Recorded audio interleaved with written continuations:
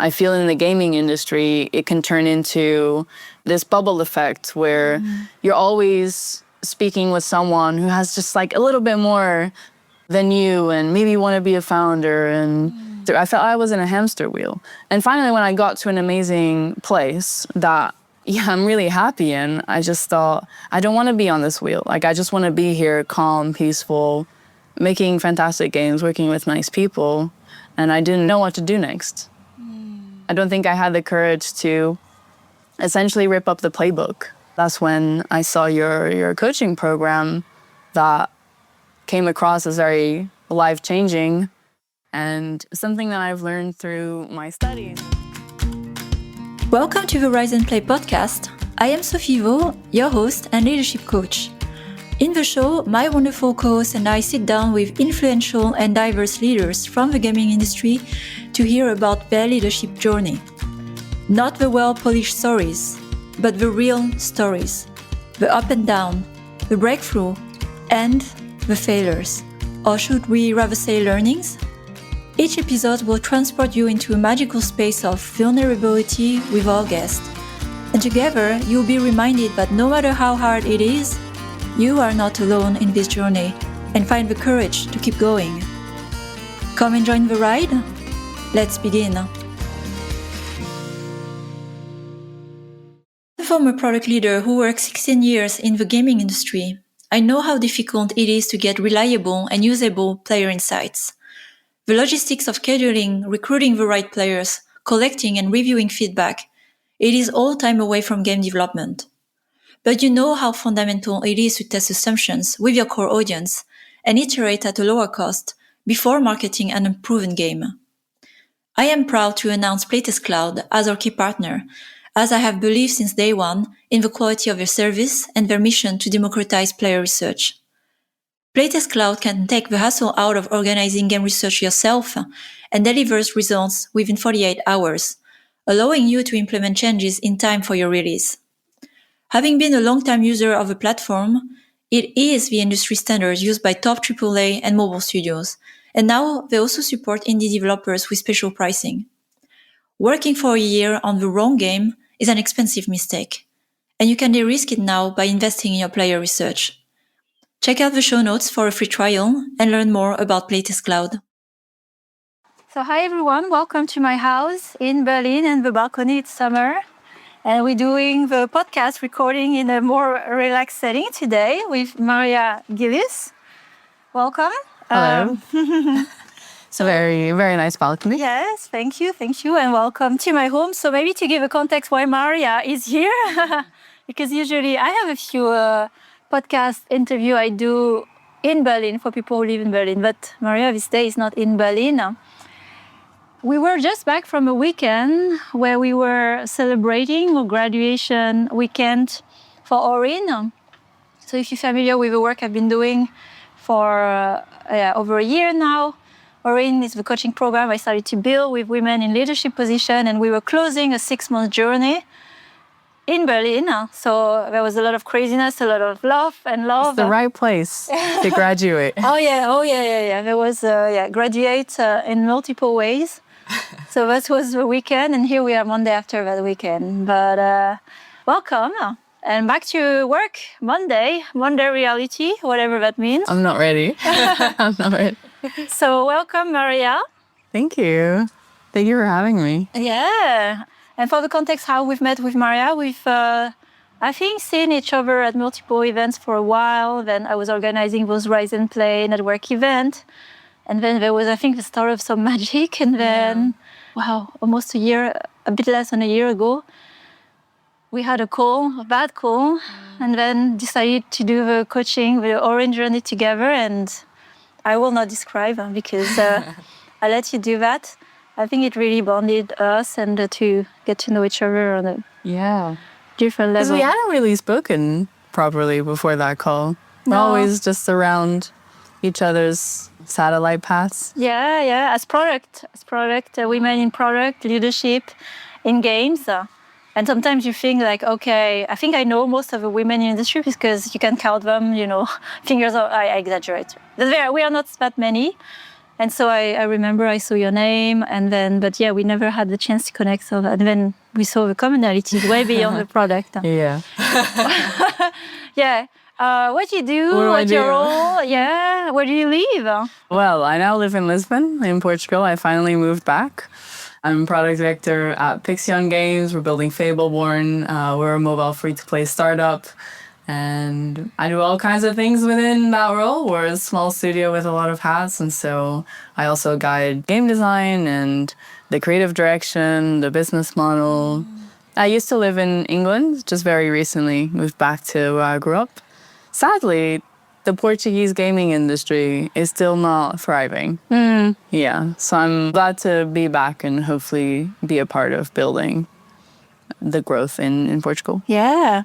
In a parallel track, there was the whole digital nomad and tech bubble that they say is going to be the next thing. I know it took some time to take off. So I think Miniclip is in Portugal. Yeah, Miniclip is a couple big ones. I love the thinking, the opportunity to grow. What's not there instead of, oh, it's not there. So, why starting? So already thinking growth. How did you get into games? Were you doing that before you got into craziness of Web3, mid-core games? Yeah, craziness of games. The craziness. So I grew up in Portugal and gaming isn't really a thing there. There was Miniclip even in my time studying. So yeah, you wouldn't even think of it as a possibility. But it was my dream. I always played a lot of video games. The traditional story. I played a lot of games. I wanted to make games. And I actually started working in long-distance fisheries because there's a big connection in my hometown to fishing. So I went into that. And then 4 years later, I was thinking, really? I started to grow very senior in the industry. And it felt like the easy path. It wasn't a path I was very interested in it, but not passionate. And so I created a 10-year plan on how to get into games. And Wow. yeah, it was like, it just had to take steps over time to get an opportunity. So I took my skills in biz dev and fisheries and management. I brought them into tech consultancy to build offshore teams, just to get experience working with technology. And then from that, I moved to England and I started in AI, financial, technology, regulation products, and doing a little bit of product management. And then serendipitously, the director of data at that company actually had worked at Jagex. And this is something that I found getting your first shot in the gaming industry, unfortunately. Sometimes you just need a lucky break. There's a lot of luck involved in maybe you meet someone who can refer you. And so I think it's very difficult right now for graduates and people who are more junior in their careers. So I was incredibly lucky that I found this person. There was a role that was basically perfect for me at Jagex, product management in the publishing platform, which is basically the platform work I was already doing in fintech. Yeah, I managed to get hired, which was great. From there, I started to work with the different games at Jagex and building out the platform, the launcher, web, very cross-platform focused, and learning about live ops and how to plan releases from, big releases to keeping your community retained and monetizing them. And then, I got my shot to get into mobile free-to-play at Hutch, where I was doing product management as well. And long story short, I managed to get my current opportunity in leadership and product direction. So I started to become a podcast host at Navic.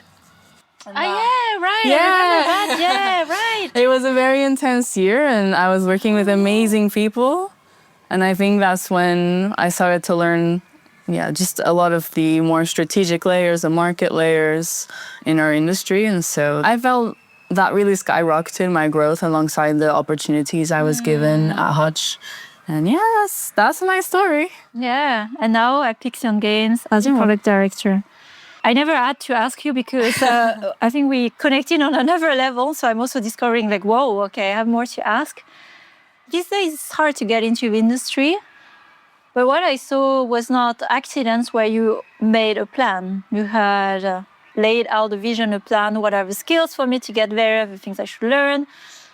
I'm curious, between the 10 years plan and the actual years, was it a 10-year in the end, shorter, or? It was 8.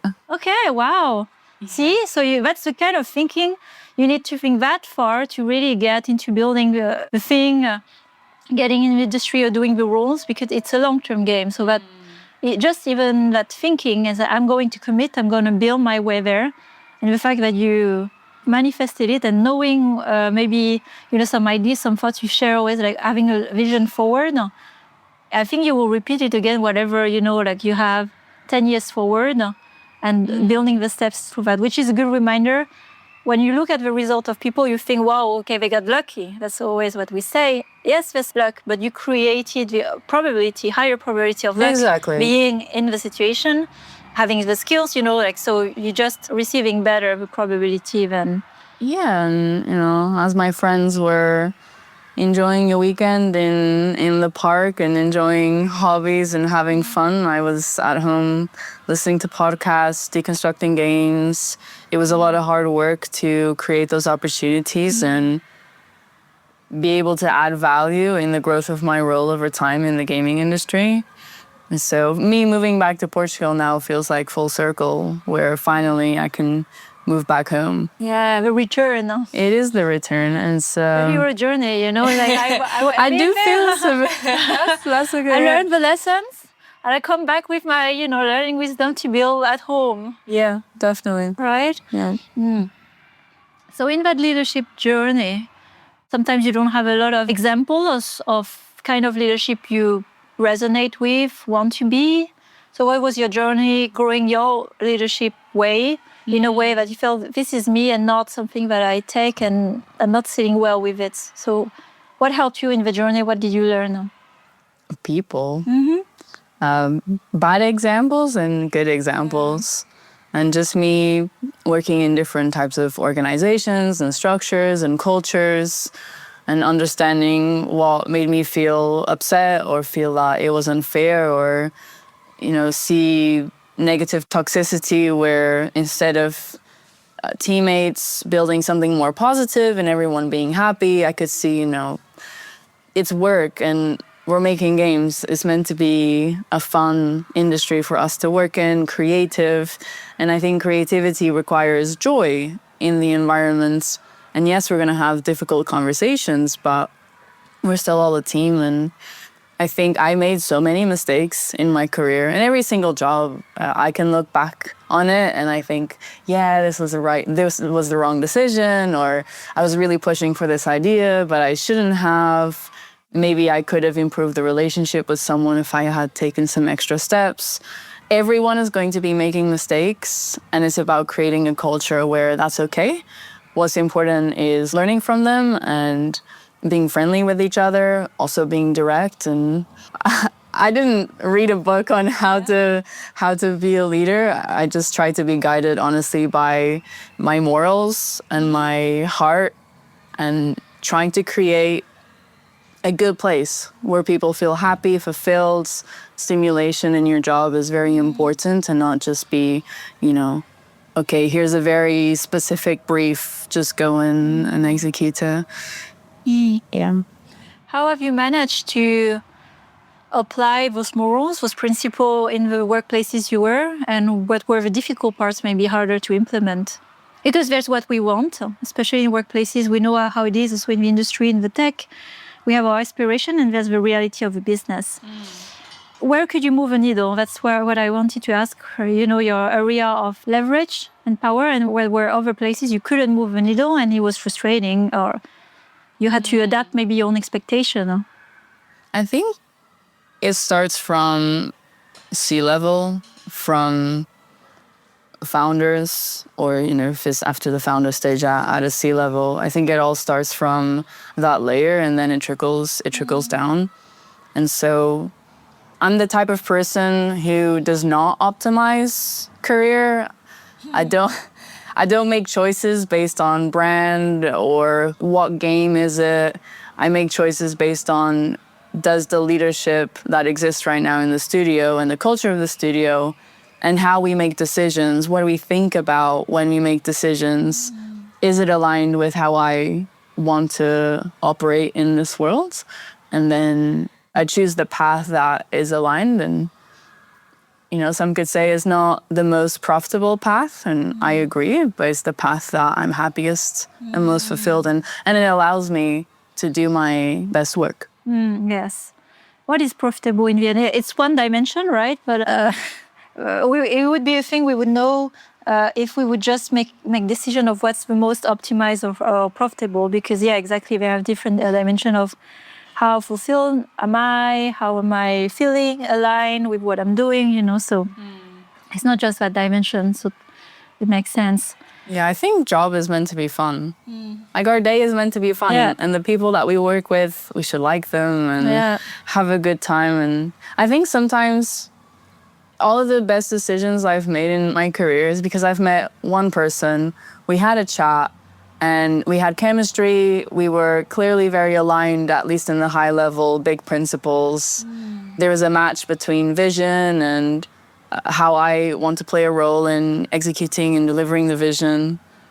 So I do think it's quite simple when it's prioritized based on, let me find alignment between who I am and my job. And I think that's what makes me very happy where I am currently. And I'm learning a lot about humane leadership. It's actually quite complex and difficult. Yeah, well, because humans are complex and difficult. What were the resources you've had to find that alignment about yourself? And because it's a knowledge that it comes with experience, life, bad experience. So how did you identify more what were your values to even have clarity, like this is my boundary, this is no, yes?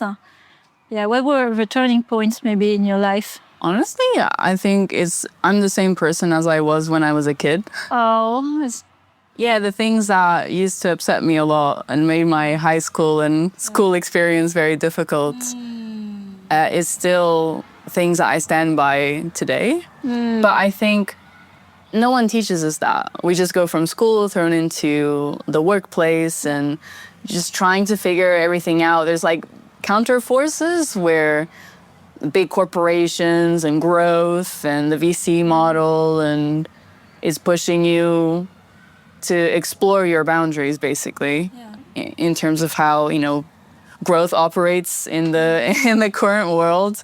And if you want to grow your career, especially if you are ambitious, you really want an opportunity because you have a vision or you have certain priorities, I think you really have to find and maybe just explore what your boundaries are.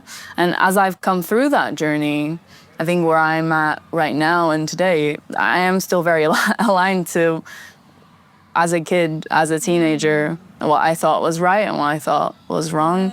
How I want to be kind with people, but still be very ambitious, but just do it in a fun, healthy way. And I actually think those are the types of environments you can really feel in a game. You can feel in a game when it's the team that's made it was passionate and excited and joyful making it.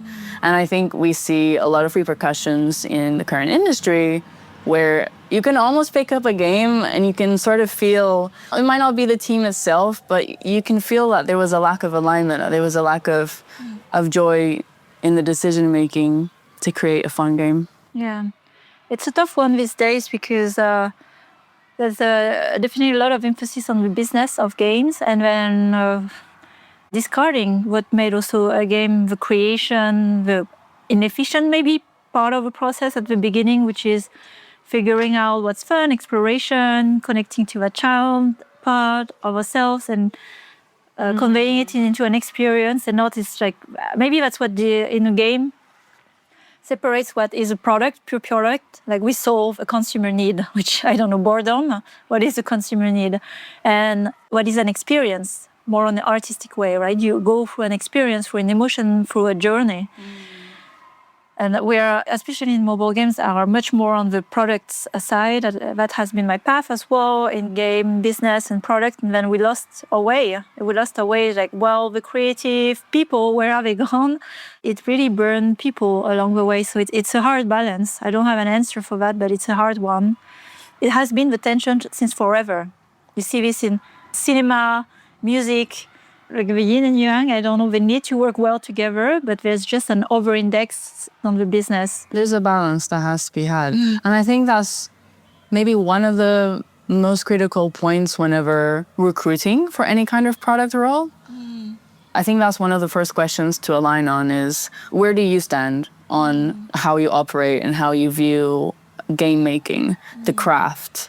Do you see it as a cold product where you're going to take data points, create hypotheses, even of the kind of concepts that you want to make, and then you're going to go through a very data-heavy process to try to validate early KPIs? Or are you still driven, and how much, by team creativity? You're going to get in a room, you're going to spark ideas, of course, with market data and some input and maybe partnerships and opportunities. Where are you there? And I think anyone who's leading a game from a product perspective should have that alignment with the studio. If not, you're countering forces, and maybe that's good, And do you have a team that you lead on your current role? And Yeah, I work with the most amazing people. And I feel very lucky for us being a fully remote company. We're very fortunate to find people across the world. The whole studio. We have just a fantastic team. And for the kind of game that we're making, where we're blending genres that haven't really been blended successfully before, you need a creative team where everyone pulls together and finds new solutions. Yeah, fantastic people. And it's just super nice and good chemistry. It's good. Yeah. What are the roles in your team? We have 2 very senior game designers. Design as well. Yeah, game design, and then 2 UI and UX designers. That's like our day-to-day, and then we have other team members that dip in and out. We have an amazing art director and tech coordinator. I can see the full smile on your face. And Yeah, I mean, I honestly love my day-to-day working with them. And of course, working in the gaming industry, some weeks are tough, especially as a startup, and we're trying to compete in mobile free-to-play, where we all know right now how difficult that is, and we have a lot of tough conversations and trying to find success and execute on what we need to execute for the studio. And yeah, I'm incredibly thankful. Sends me back to working with directly with the team. I've done that, got the T-shirt, like now I'm a different adventure. So through the journey of our focus here on the development, your leadership journey development, Orin came along. Very curious also about the development for you. Where were you at that time? Consciously or not consciously, I don't know what was there for you. And then as we started the journey, what happened? I left my life, I left my country in pursuit of this dream of working in the games industry. And I did what I had to counter to some things that give me happiness. I love speaking my language, I love my country, I love the Portuguese people, but I had to move to where the jobs were, where the opportunities were. And I've worked with incredible people, and I'm so thankful for the life that I've had so far.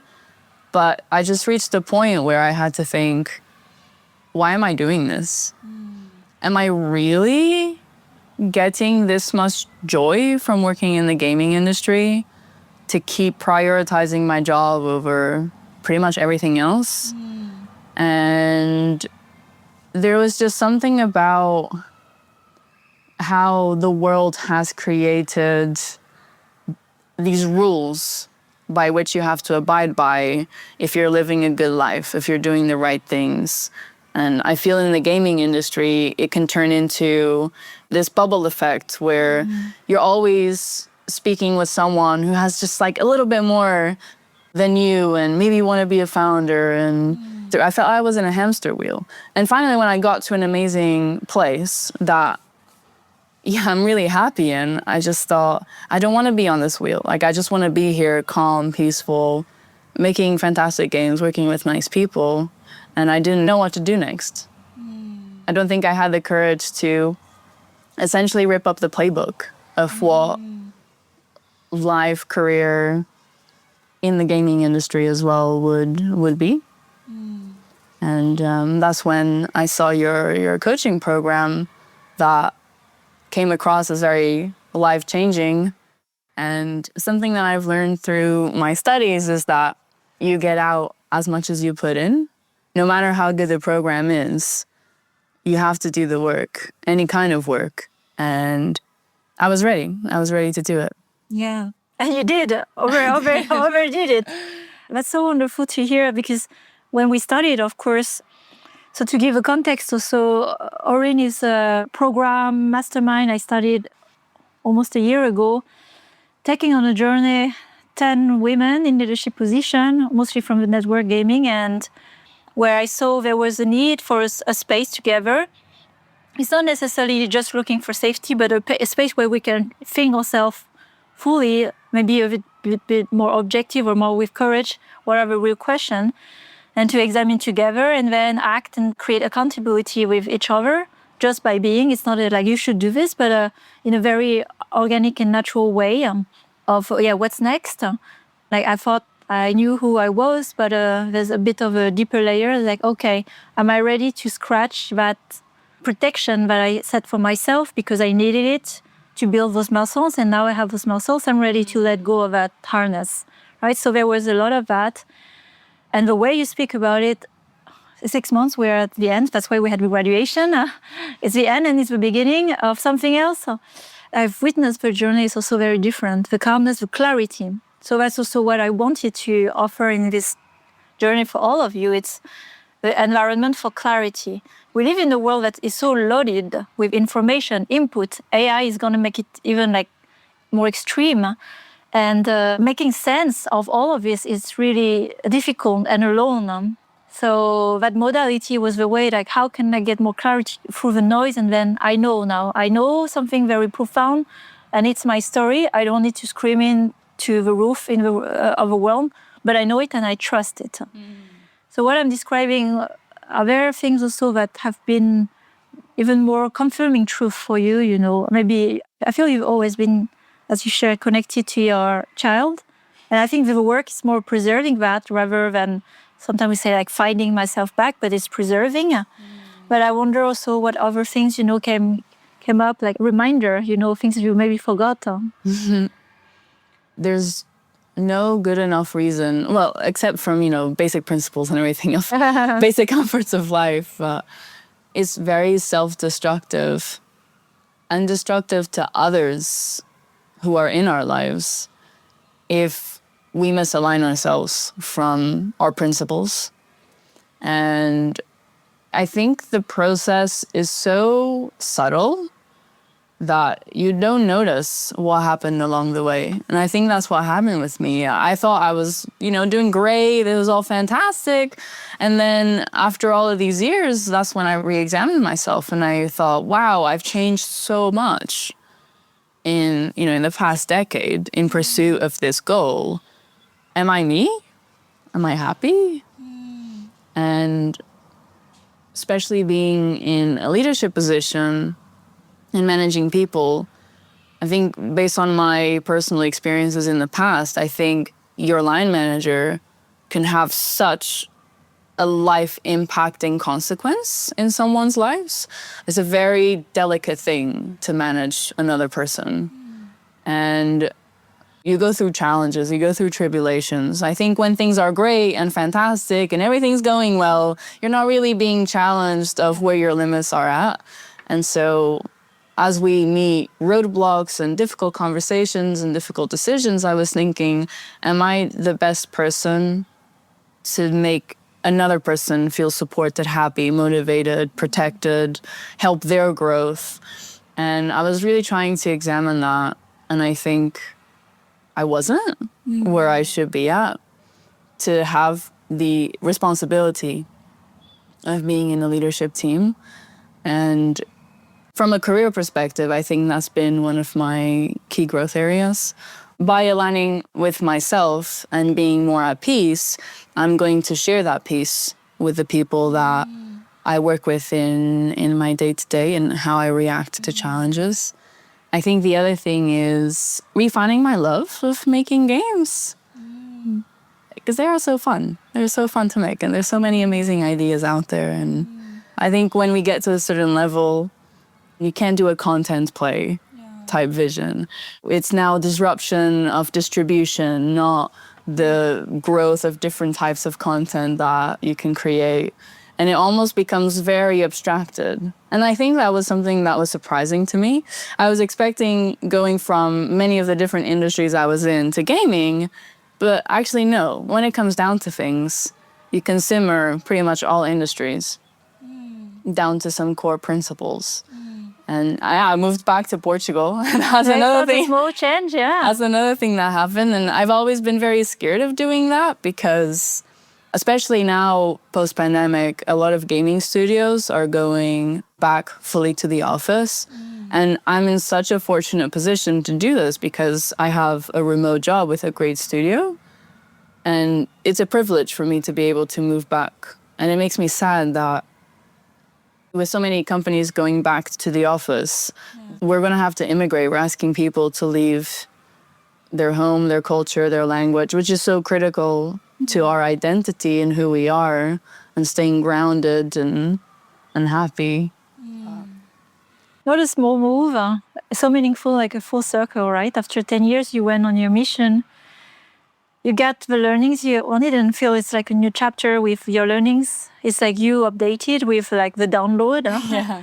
Like, what are you going to do with it? So where are you now? There's, of course, the career aspect, but I want to focus here on more on the personal, because you given space suddenly a lot more for the personal, where before it was like a lot of work, but hey, I'm not just Maria, where it's like working, and it's all my life. Maria is just the product director and things. Yeah. But I'm curious to hear more on the personal side, what has also developed since you also moved to Portugal. Yeah. I mean, I think one thing, I already didn't really care about how the world classifies me and their rule set, but I've always had a little bit of resentment to what I feel as elitism. Is that a word? I think. Yes. Where in the gaming industry, where you're judged a lot by the brands of the studios that you've worked for and by the game titles that you've worked for and the number of years you've had in the industry.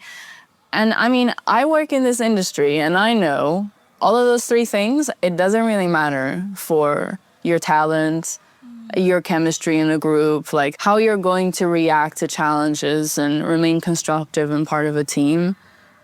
And so I had quite a lot of resentments to feeling that I was not seen in the gaming industry.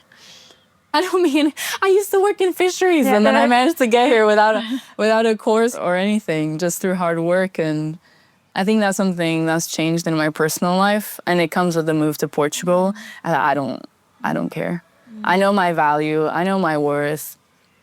I know the value I can bring to a studio and the talents and the role I can play and be a part of. And so that's been quite liberating. And it's also opened my eyes to just see amazing people that exist in our industry that also don't meet any of those criteria. And they're going to go on to make very successful games and studios. And then I'm just doing hobbies that I abandoned. I'm finally surfing. Surfing very regularly, and I can go to the beach after work pretty much. It's a dream, my God. That is the dream. Life feels like a dream right now.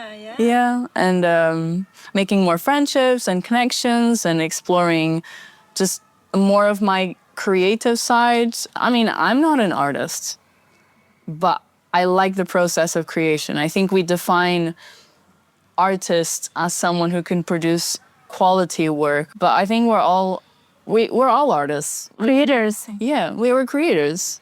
And so I've just been enjoying and rediscovering the joy of creation through dance, singing, drawing. I do poetry. I just write. I write random stuff that I feel like before I used to be not inspired, but now I'm very inspired by my surrounding. Love speaking my language again. Portuguese is so beautiful.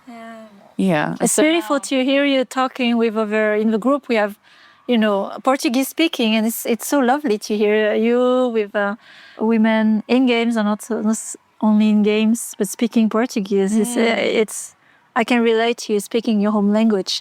Yeah, it's a different type of inspiration for feeling and creation. And I think also I've been the most creative at work than I've been in a long time. Yeah.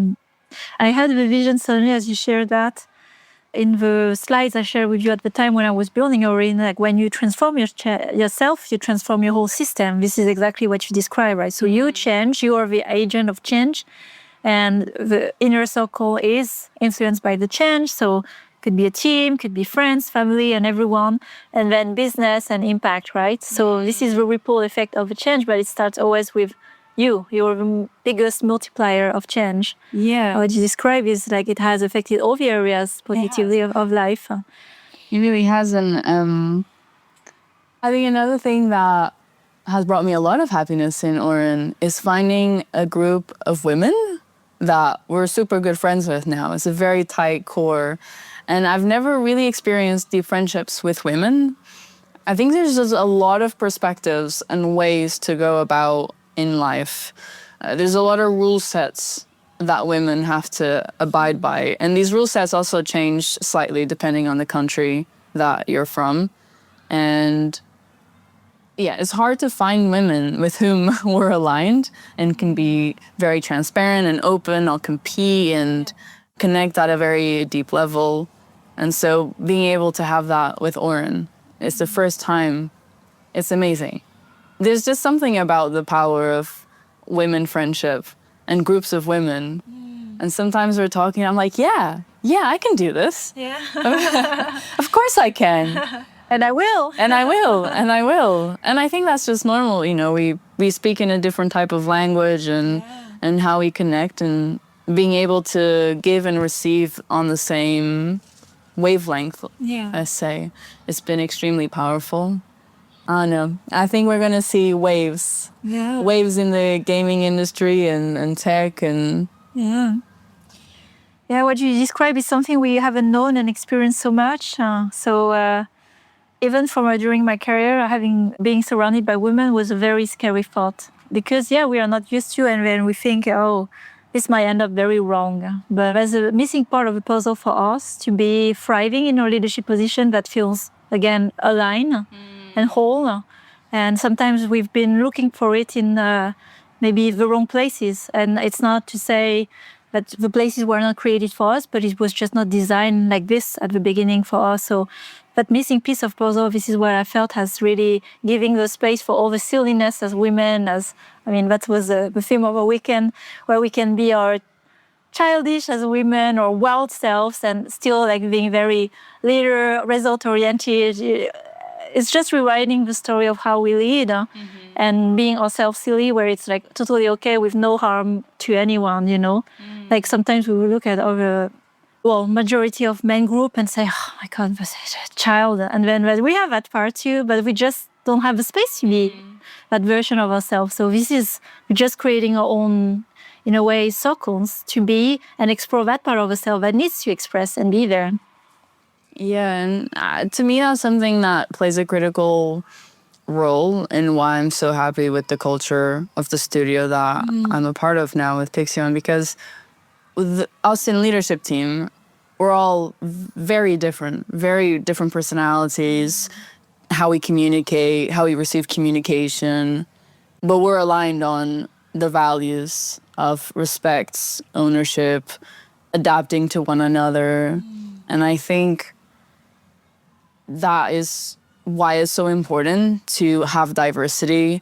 I'm not just speaking about gender, like all kinds of diversity of thought, diversity of communication, diversity of where you come from and what your culture is, because it just creates a higher degree of outcomes of those conversations, because you're just constantly challenging. It's like, I call them micro challenges. And that always leads to just better results than a homogenous, aligned conversation from start to end. Yeah, and it's been the growth for all of you this way, was input, of different perspective, but in a very safe container. So there's overlap, but there's also divergence. Exactly. And then that overlap allows the divergence to, to storm up within a safe, respectful, constructive environment. And at last, I wanted to highlight that not only you were as a participant in this first bit of a journey, because I said the first bit, but also, Maria, part of the hobbies, but it's not like hobbies, it's like you will also be with us. So I'm opening the second cohort right now with a September retreat. And it's so exciting to see also the transformation where we are at some point participants or collaborators and co-creators. And that's like also your journey emerging. Few last words on that. What was alive for you when it's like, because not everyone is part of a team joining this way, but you felt a very strong call in expressing, and I'm so grateful you did. And it was just a natural, match. But what do you remember that moment? What was alive for you to say, I want to be part of it this way? Well, we had our retreat and we had a full experience where we finally all met. And we were together. Was it 4 days, 3 nights? We were eating all meals together. We were having late night conversations, doing yoga, going for walks. And I think we just went through so much together. And I love making games. I love it. I love it. I love it. I wouldn't choose to do anything else. But I also love just being part of a community and just seeing how the lives of all of us changed, not through the activities or like the plan or the location, but just being together, listening, sharing, supporting. And I think that's how I was when I was a kid, is how I was when I was a teenager. And I really miss that, and I want to continue participating in these cohorts to come. And I just felt a strong call. Yeah, and you're making it happen. You'll be part of a team. So Maria. Oh, you're making it happen. You accepted me. So Maria is going to join as a team member of the next retreat in September. And maybe that will be another conversation, because you grow through also doing the work. It's a different position, but it's so whatever it's meant to be for each, it's like beautiful to see. For me, this is a learning of leading by flow. I know it's not very always like aligned with business, but there are so many signals that we are here to listen, and then in time they will show the results. That's what I'm trusting. And so that's also what I saw with you. So it was and this morning with Sophia, who's part of my team, I think like this was just such a match meant to be. You've been hanging out together this weekend, and you're going to be the team at the next retreat. So I'm looking forward to that and continuing to developing the work of magic, because although it's not a game, we're creating magical experience, and that's for me what games are about. Yeah, we are creating an experience. Yeah, and I think something that it was in our initial conversation about why you should invest in yourself through coaching, and that coaching is a different method of growth. That is very important, because it's looking to the futures, looking to your present, and that's something I felt very deeply. As you said a bit earlier, it's your system changes. And I think the coaching work helped me just be more open, break from boundaries, from preconceptions, from this rule set, and just be more adaptive. And I'll always be reflecting that. And I think being in this group of people, that's what we help each other do, is you're always getting different perspectives and being open to new thoughts. Because in this world of AI, there's so many changes happening, not just in the gaming industry, but what does it mean for my job? Yeah. Where am I going to be in the next 5 years even? Not even 10 years, but in 5 years. Is everything going to become more artificial? I'm so scared of hyper-personalization through AI. Because I see all of these products of, cool, well, your games are going to do exactly what you feel like doing, or we're going to give you very specific, because I think that's something that has actually had a negative impact in this world. We're put so quickly into bubbles, and then you can't really break out of that. They keep giving you hyper-personalizations, like, no, wait, I want to see more of the world. Don't put me in this bucket. And to me, it's just very scary where we're walking to. But I'm also excited that through the usage of AI in my work, I basically cut out things that I don't find stimulating. I want more of my workday to be on things that I find stimulating and that I find I can add value, rather than let me do this slide deck and make it look very pretty and think about all of the right words. And so I think AI has a very important role to play in making our jobs more enjoyable. But yeah, how do you lead a team of people? How do you lead a studio where the world, every week, there's something that changes the context? And the context is the reality we live in. So it's changing all the time how to lead humans, as long as the context is changing. That's why it's the most complex things you can do, working with others, with humans. Yeah. Yeah. Another founder I was catching up with when I was sharing that I'm building non-digital experiences, like that's probably one of the most defensible skills in the future, because as we're all trying to not interact with each other, because we don't have to do that, or we think we don't, then it's a muscle that is underdeveloped. Conflicts, managing conflict, communication, like growth, different perspective, being okay with yourself, with others. So that's good that you're investing again in other skills that will also connect with the rest, where you are very much digital business. Retreat organization is purely human skills and coordination and organization. And keep working on yourself, because for you to actually be leading a business and leading people and managing people, you have to be at peace. Yeah. And with an open mind. Thank you, Maria. Thank you so much for our conversation. Oh yeah, we had a long one. Well, hope you appreciated the content from the Garden of Friedrichshain in Berlin. Thank you so much for sharing your experience, your wisdom. So good to have you here. Thank you for the invite. It's great to be on. Take care, everyone, and see you soon. Bye-bye. Thanks for listening to this latest episode of the Rise and Play podcast. We keep growing our community of conscious leaders across the industry and beyond. If you want to join this movement, please share the podcast with other conscious leaders, because we have so much more we can learn from each other. And if you want to accelerate your growth, I offer creative leadership coaching and workshop, plus other free resources that you can find on riseandplay.io. I can't wait to connect with you. Have a great week, and remember to take care of yourself. Until the next time,